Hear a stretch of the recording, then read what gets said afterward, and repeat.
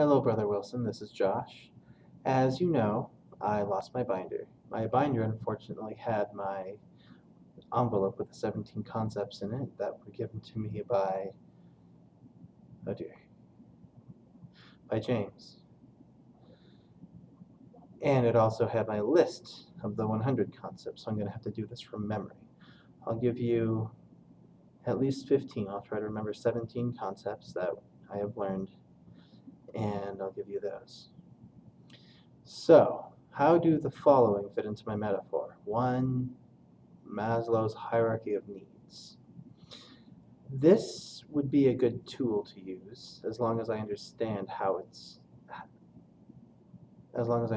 what it is and how a teenager needs Maslow's hierarchy of needs. A teenager or anybody, is unlikely to do good work if they're not getting enough food or if they don't have a place to live. So this would be an electron, a tool for trying to help people whose needs are not being met. If I understand them, I will know how to meet their needs. Another one would be Kohlberg, moral development, moral agency. There are 6 stages. We all know them. They're the egocentric stages, the conventional and the post-conventional stages. Understanding these, this would be a doctrine. Everyone develops differently, well, congruently but differently morally. And understanding what most teenagers and every individual teenager, where they're at in their moral development, will help me to understand how to motivate them. Motivation, extrinsic and intrinsic motivation. That's number 3 and 4, I guess.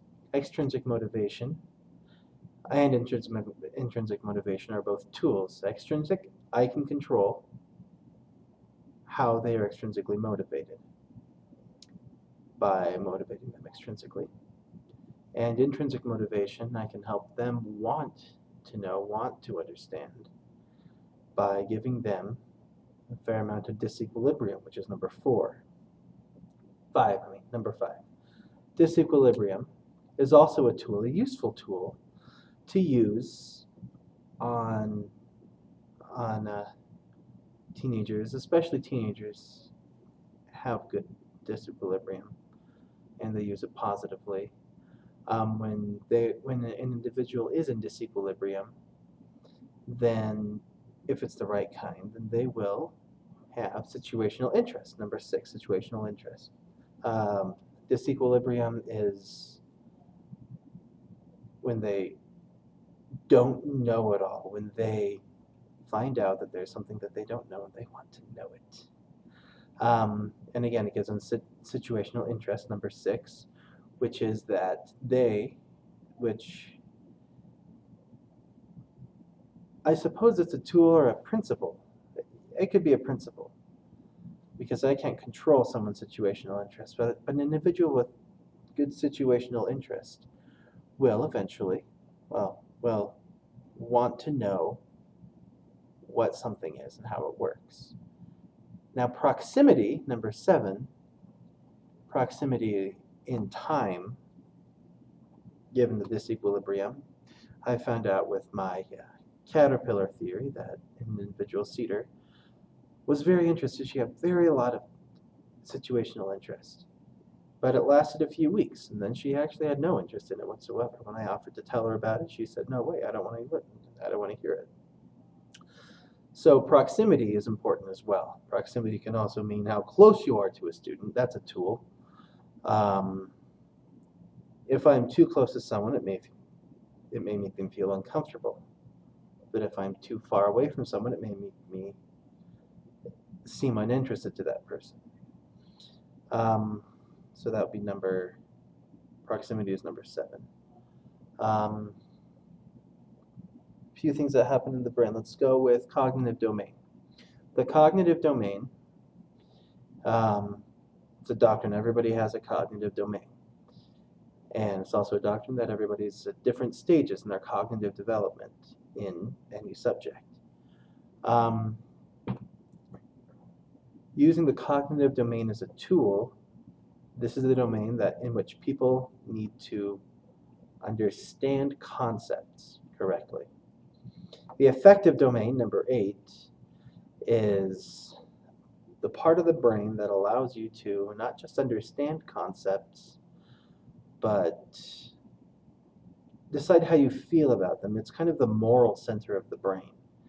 That's also a doctrine, or maybe a principle, that the moral center of the brain helps you decide how you feel about something. Is science fun? Your affective domain will help you receive that answer. Then there's a psychomotor domain, number 9.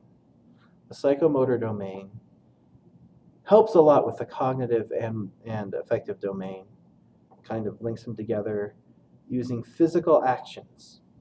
Your psychomotor domain controls how you physically do things. So using the psychomotor domain in everything will be useful. So a psychomotor domain, I would almost say, is a tool. So that's 9. Number 10, I'm going to go with, did I do cueing? No, I didn't. Cueing. Cueing is an individual approaches someone or tells them something, usually in an effort to change, to get them to change their behavior using a less obtrusive method. Cueing is a tool,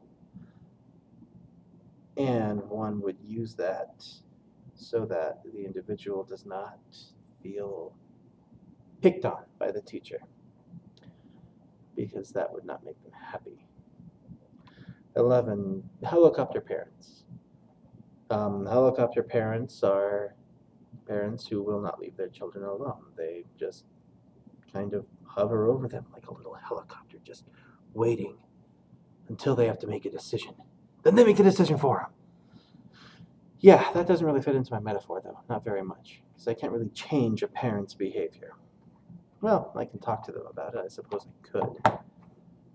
But it's about the student growing, not the parent. So that's 10. I need 7 more. So number 11 would be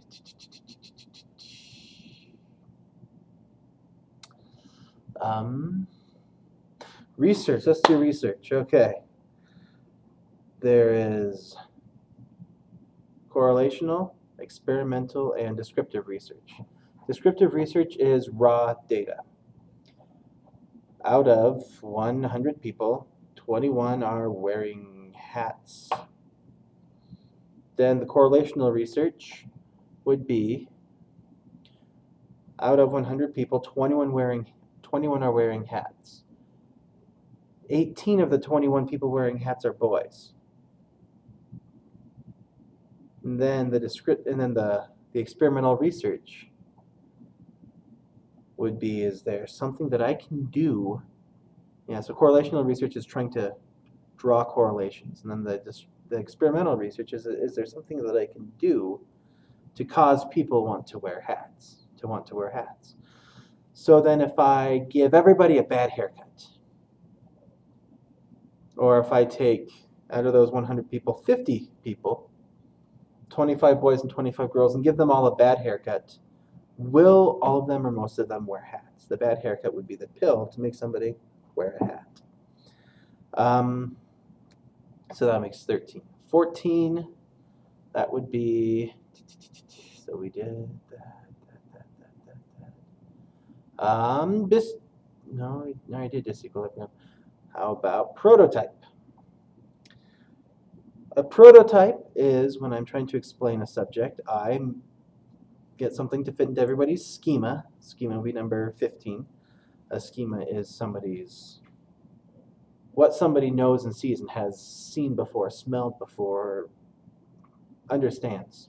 So a prototype must fit into a schema and must have all of the defining characteristics of what I want to explain.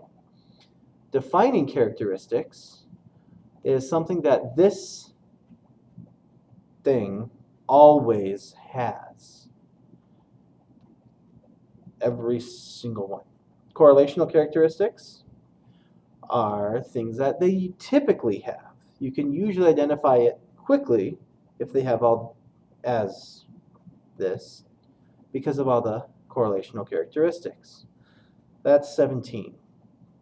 18, positive instance and negative instance.